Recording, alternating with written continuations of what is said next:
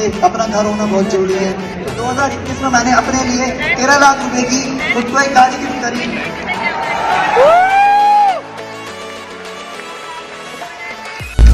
Hello TLF, चलो मिलते हैं अपने लोगों से।